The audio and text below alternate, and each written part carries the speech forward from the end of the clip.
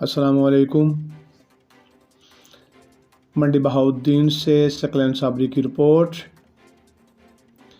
یہ ہے تبدیلی۔ ڈسٹرکٹ پولیس آفیسر ضلع منڈی بہاؤالدین کا پیغام پنجاب بھر کے لیے۔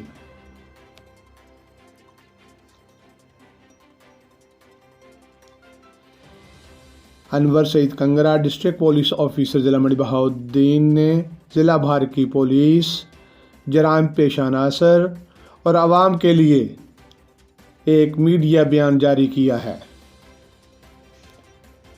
ڈسٹرکٹ پولیس آفیسر ضلع منڈی بہاؤالدین انور سعید کنگرا کا عزم اور محنت یقیناً ثمرآور ثابت ہوگی۔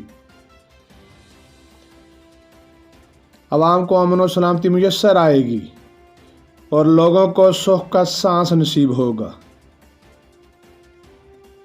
پنجاب بھر کے ڈسٹرکٹ پولیس آفیسرز کے لیے بھی ایسا بیان قابل تقلید ہے۔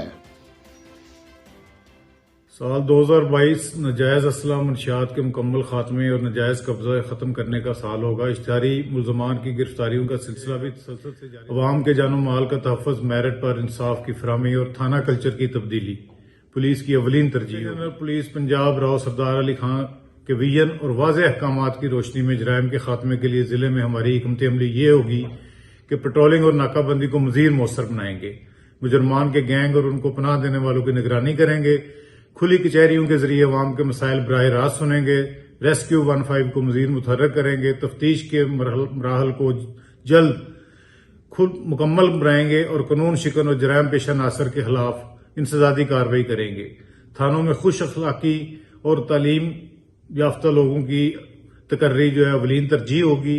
اس سال بھی جرائم پیشہ افراد کے خلاف آہنی ہاتھوں سے نپٹا جائے گا اور انہیں نشان عبرت بنایا جائے گا۔